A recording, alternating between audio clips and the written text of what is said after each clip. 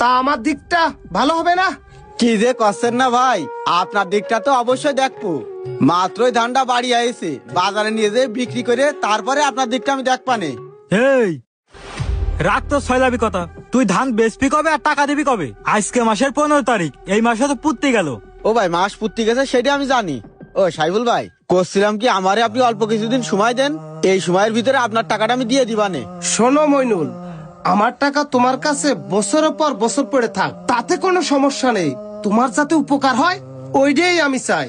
তবে একটা বিষয় মাথায় রাখো, প্রতি মাসের মুনাফাটা প্রতি মাসে দেওয়ার চেষ্টা করো।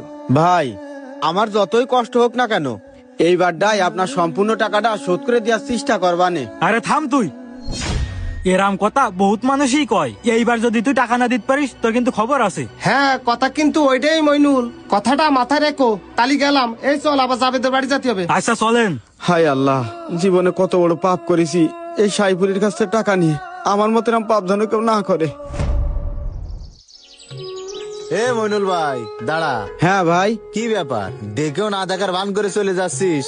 এমন বাপ করতেছিস যেন আমি তোর হাজার হাজার টাকা মেরে খাইছি। আরে ভাই, ওইসব কিছু না, এমনি মনটা খারাপ। তোর মন খারাপ?